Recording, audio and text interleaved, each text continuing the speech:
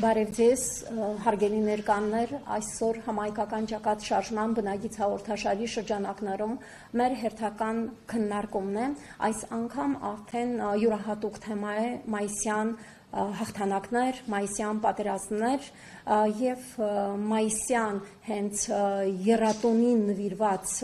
հաղթանակների շարքում այսօր մենք քննարկում ենք կազմակերպել Արցախյան պատերազմների մասնակիցների հետ։ Հաշվի առնելով, որ մայիս ամիսը հայ ժողովրդի պատմության մեջ դա հաղթանակների ամիս է եւ մայիս ամսին հայ ժողովուրդը իր ներդրումն է ունեցել նաեւ ֆաշիստական նացիստական Գերմանիայի դեմ տարած հաղթանակում,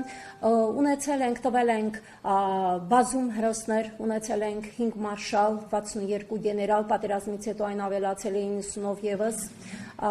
ունեցել ենք 119 Հայաստանի Հանրապետության հերոս, որից 11-ը ազգային փոքրամասնության, հայերից 36-ը հերոսի կոչման արժանացել են հետմահու, 27-ը եղել են Փարքի բոլոր 3 աստիճանի իշխանանշանակիրներ, հայերից մեկը Հովանես Բաղրամյանը մարշալներից ռազմաճակատ է ղեկավարել Մերձբալթյան, 3-ը եղել են բանակի հրամանատար, 6 կորպուսի, 28 դիվիզիայի, 25 բրիգադի, 100-ից ավելի գնդի հրամանատարներ, փաստացի 600,000 հայ մասնակիցներից կեսից ավելին 343,000-ը զոհվել է երկրորդ աշխարհամարտի եւ հայրենական պատերազմի ռազմական գործողությունների ընթացքում եւ հայ ժողովուրդը մեծապես ավանդն է ունեցել մեծ հայրենականում։ Մայիսը նաև մեզ համար եռատոն է եղել հատկապես Արցախի պատմության էջերում, ինչպես եւ Հայաստանի, ընդգծենք, եւ արցախյան բոլոր պատերազմները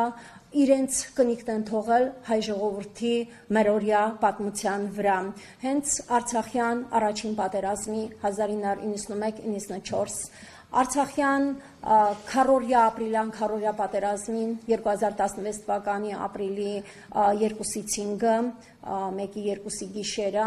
ապա 2020 թվականի 44-օրյա պատերազմի եւ 2023 թվականի Արցախի բնակչության բռնի տեղահանման ընթացքում մեր զինվորների քաջարի մարտական գործողությունների։ Այսօր մեր այդ քննարկմանը կողջունի Արսեն Վարդանյանը, համայնքական ճակատ շարժում կուսակցության ղեկավարը։ Խնդրեմ, պարոն Վարդանյան։ Նախ եւ առաջ շնորհավորում եմ մեզ մայիսյան տոների